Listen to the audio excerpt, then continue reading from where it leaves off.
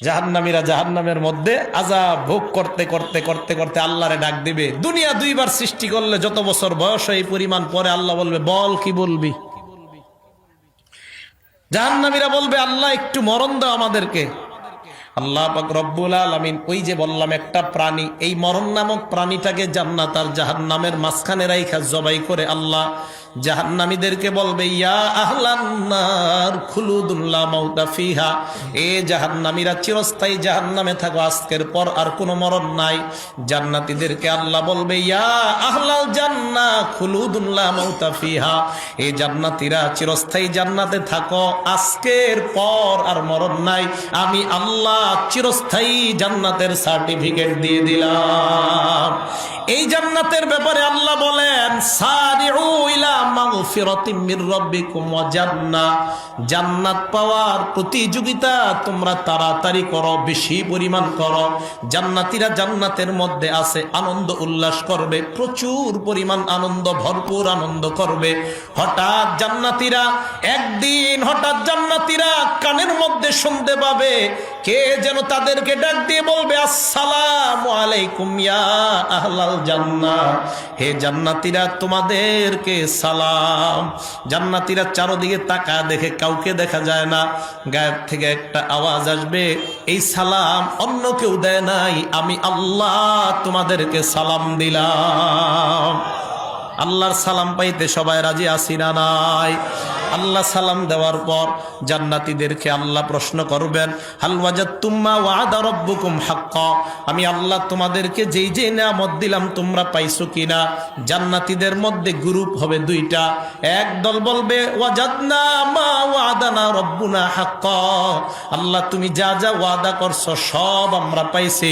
আরেক দল হবে উলামায়ে কেরামের দল, আলেমরা বলবে আল্লাহ না না সব আমরা পাই নাই। আল্লাহু আকবার। আল্লাহ বলবে, একদল বলে পাইছি, তোমরা বলো পাও নাই। ওলামারা বলবে, আল্লাহ আমরা তো দুনিয়াতে নবীর হাদিস শুনলাম, আল্লাহর নবী পূর্ণিমার চাঁদের রাতে সাহাবাদেরকে বললেন, এ সাহাবাদের দল, আকাশের পূর্ণিমার চাঁদ দেখতে তোমাদের কোনো সমস্যা হয় কিনা? সাহাবারা জবাব দিলেন, লা ইয়া রাসূলুল্লাহ, পূর্ণিমার চাঁদ দেখতে কোনো সমস্যা হয় না। আল্লাহর নবী বললেন, লা তুযামুনা ফি রুয়াতিহি সাতারাউনা রাব্বাকুম কামা তারাউনা হাদাল কমারা ফি লাইলাতিল বদরি, যেমনি ভাবে পূর্ণিমার চাঁদ দেখতে তোমাদের সমস্যা হয় না, জান্নাতে এই চোখ দিয়া সরাসরি আল্লাহকে দেখবা কোনো সমস্যা হবে না। কারে দেখবো? দেখতে চাই না সবাই? ওলামারা বলবে, আল্লাহ আপনারে দেখি না, এখন আপনারে দেখতে চাই। আল্লাহ সূর্যের রূপে তাজাল্লি প্রকাশ করবে, সহ্য করার ক্ষমতা থাকবে না। এবার আল্লাহ বলবেন, বুঝছি তোমরা সহ্য করতে পারবা না, সহ্য যেন করতে পারো একটা মাহফিলে তোমাদেরকে দাওয়াত করলাম, সব জান্নাতীরা ওই মাহফিলে যাইবা, আমি আল্লাহ নিজে আইসা তোমাদের সাথে সাক্ষাৎ করব।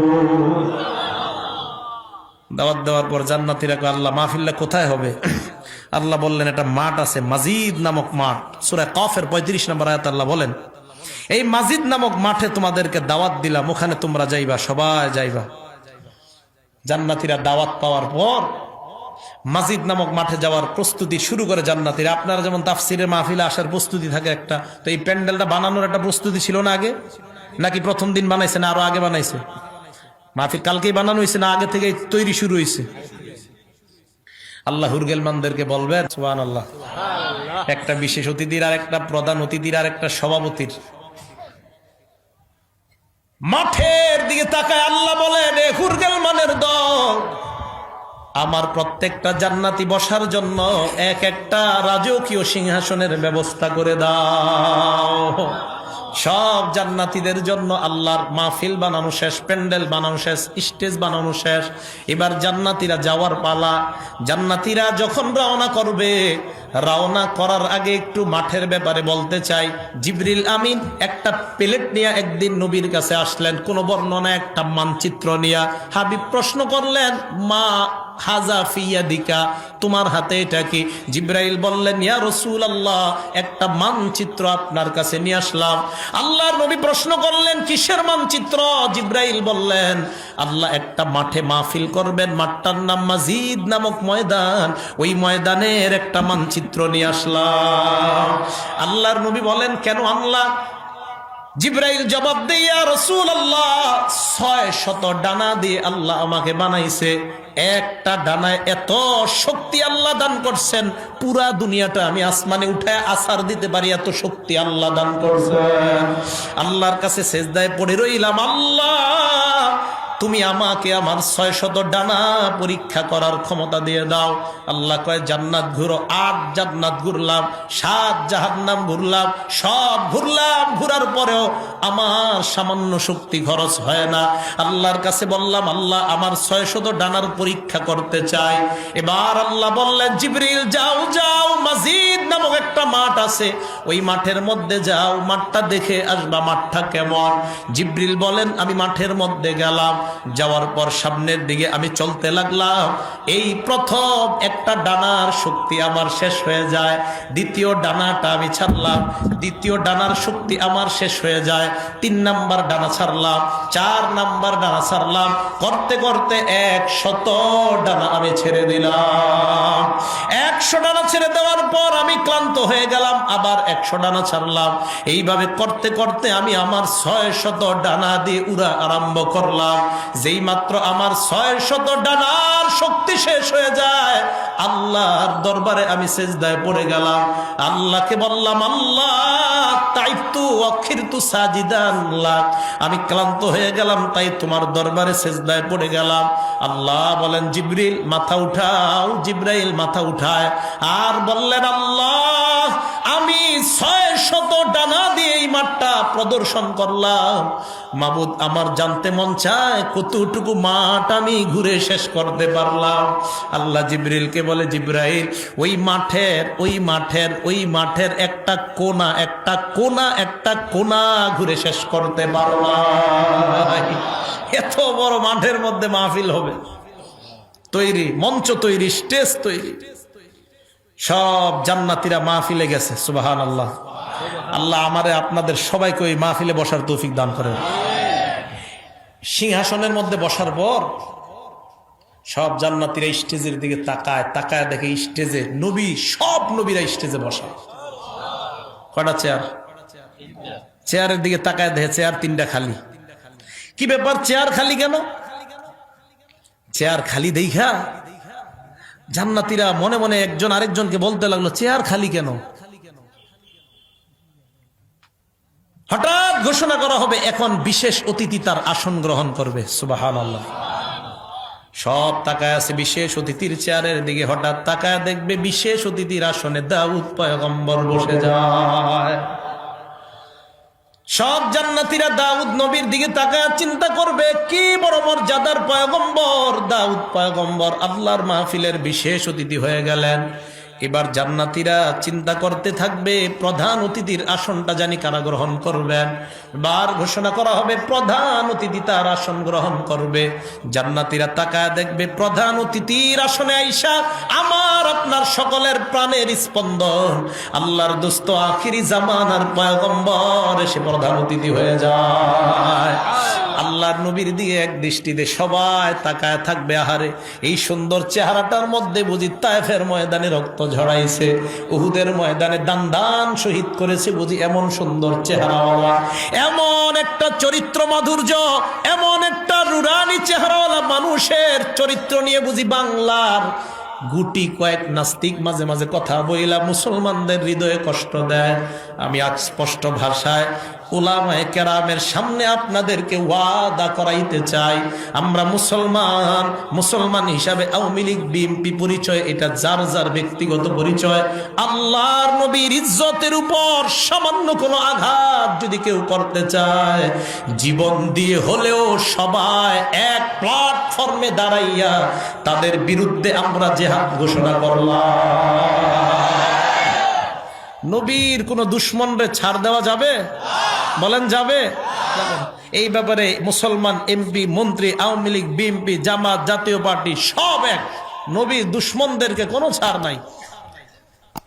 আমরা কি কখনো আন্দোলন করি বলেন?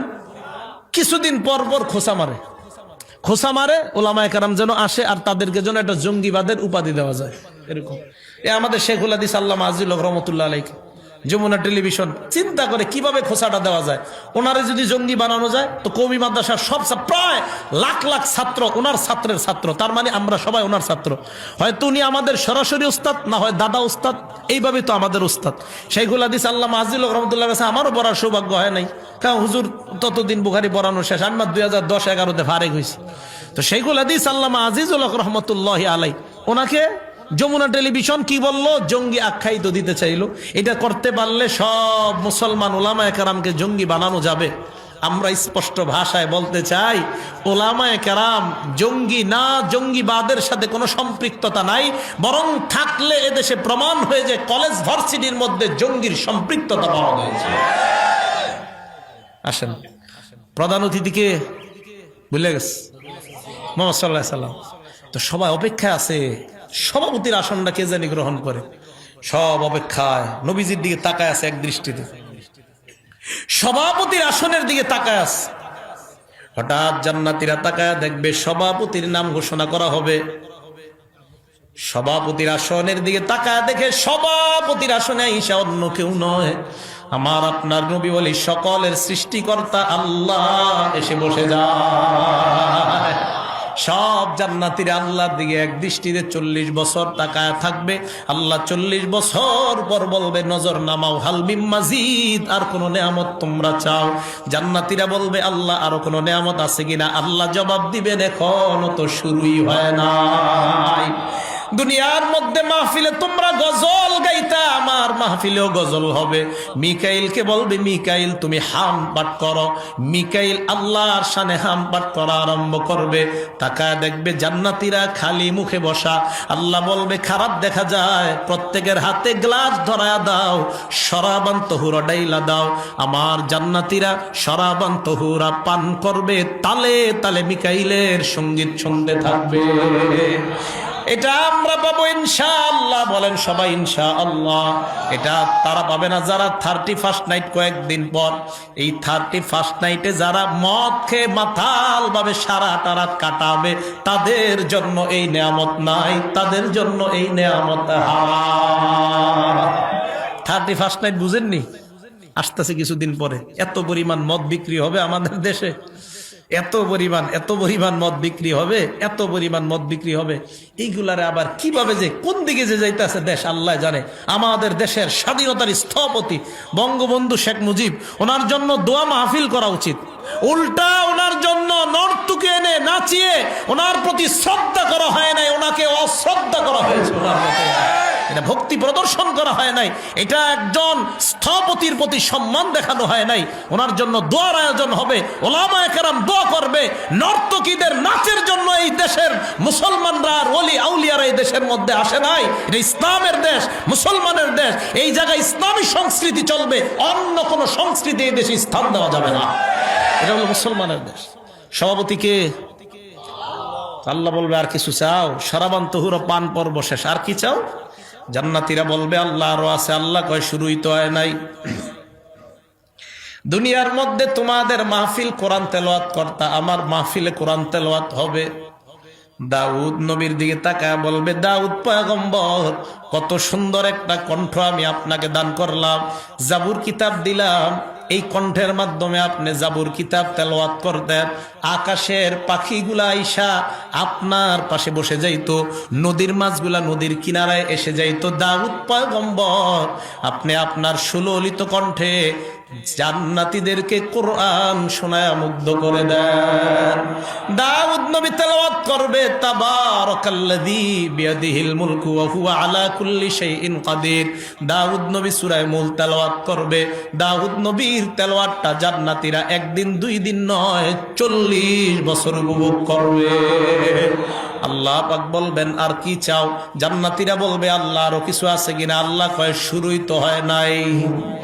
প্রধান অতিথির দিকে তাকায় বলে, হাবিব কদ আনজালতু আলাইকাল কুরআন, আমি আপনাকে কোরআন দিলাম, ওয়া হামালতাল মাশাক্কাতা লিহাযা, এই কোরআনের জন্য আপনি কত কষ্ট সহ্য করলেন, মাইর খাইলেন। হাবিব আপনি যখন কোরআন তেলাওয়াত করতেন, জাহান্নামী যারা আছে এখন, আবু জাহেল, উতবা, শাইবা, তারা পর্যন্ত আপনার কোরআন রাতের অন্ধকারে শুনতো।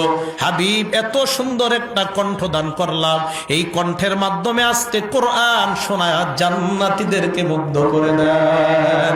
আল্লাহর নবী তেলাওয়াত করবে ইয়াসিন ওয়াল কুরআনিল হাকিম, সূরা ইয়াসিন আমাদের নবী তেলাওয়াত করবে, জান্নাতীরা 500 বছর পর্যন্ত উপভোগ করবে। এবার আল্লাহ বলবে, আর কি নিয়ামত চাও? জান্নাতীরা বলবে, আল্লাহর আছে কিনা? আল্লাহ কয়, শুরুই তো হয় নাই। এবার আল্লাহ বলবেন, ইন্না আরাদনাল আমানাতা আলাস সামাওয়াতি ওয়াল আরদ ওয়াল জিবালি ফাআবাইনা আন ইয়াহমিলনাহা ওয়া আশফাকনা মিনহা ওয়া হামালাহাল ইনসান। কোরআন আমি আসমান, জমিন, পাহাড়, পর্বতের সামনে রাখলাম, কেউ গ্রহণ করতে চায় নাই, মানুষ তোমরা গ্রহণ করলা। কোরআন যখন তোমরা তেলাওয়াত করতা, তোমাদের দুনিয়ার তেলাওয়াতেই তোমরা মুগ্ধ হয়ে যাইতা। কাবার ইমাম আব্দুর রহমান সুদাইসের তেলাওয়াত যতই শুনবেন, শুনতেই থাকবেন।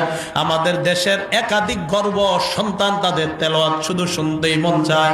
আল্লাহ বলবেন, দাউদের তেলাওয়াত শুনলা, নবীর তেলাওয়াত শুনলা, আমি আল্লাহ নিজে এখন তোমাদের সামনে কোরআন পাঠ করব। আল্লাহ তেলাওয়াত করবেন, আর রহমান আল্লামাল কুরআন, আল্লাহ সূরা রহমান তেলাওয়াত করবে, সুবহানাল্লাহ। দাউদের তেলাওয়াতে 40, মুহাম্মদ সাল্লাল্লাহু আলাইহি সাল্লামের তেলাওয়াতে 50। আল্লাহ যখন তেলাওয়াত করবে, জান্নাতীদের অবস্থা কি হবে আল্লাহই ভালো জানে। এই তেলাওয়াত এবং জান্নাতে এই নিয়ামতগুলা কারা কারা আমরা উপভোগ করতে চাই? সবাই রাজি আছেন ইনশাআল্লাহ?